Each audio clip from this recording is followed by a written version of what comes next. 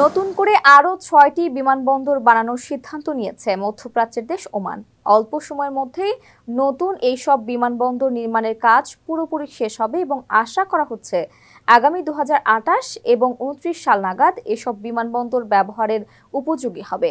ওমানের বেসামরিক বিমান চলাচল কর্তৃপক্ষের চেয়ারম্যান নায়েফ আল আবরি এসব তথ্য নিশ্চিত করেছেন। সম্প্রতি একটি সাক্ষাৎকারে আল আবরি বলেন, আমাদের পরিকল্পিত এসব বিমানবন্দর চালু হলে ওমানে এয়ারপোর্টের সংখ্যা হবে ১৩টি।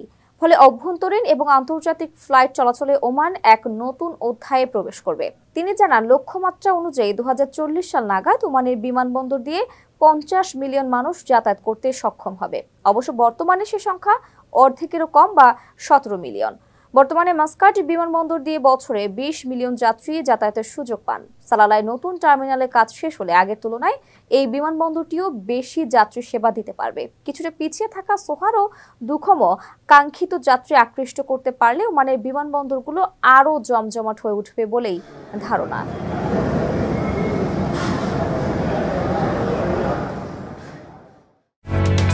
ওমানের সেরা রেট দিচ্ছে বাংলাদেশি প্রতিষ্ঠান গালফ এক্সচেঞ্জ। প্রিয়জনকে টাকা পাঠাতে আজই আসুন আমাদের যে কোনো ব্রাঞ্চে অথবা কল করুন স্ক্রিনে দেয়া নাম্বারে। গালফ এক্সচেঞ্জ, বাংলাদেশিদের প্রিয় এক্সচেঞ্জ।